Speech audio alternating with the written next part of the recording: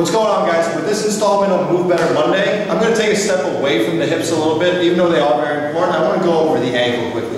Now, in my opinion, the ankle is one of the most overlooked joints of the body in regards to its range of motion, due to the fact that we either sit at a desk all day where we don't go through full plantar flexion and dorsiflexion.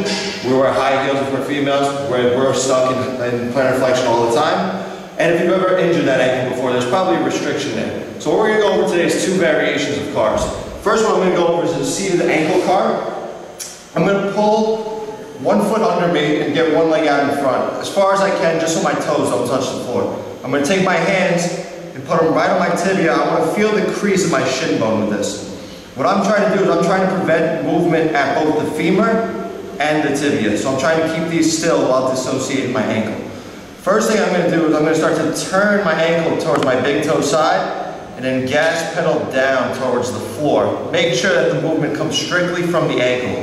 I'm going to come across, drawing the biggest circle I can with my toes, and then pull back up. Like I said, drawing the biggest circle, slow and under control. I'll typically do 2 or 3 in one direction, and then I'll flip the direction. So I'm going nice and slow, controlling the entire range of motion. You'll be able to figure out what part of the movement that you might be restricted in. For example, if you want to roll out through your knee, there's a couple different restrictions that will occur in that ankle. From there, I'll go from a standing position. I'll hold on to something for some support. Use a pole, wall, anything that will help you maintain your balance.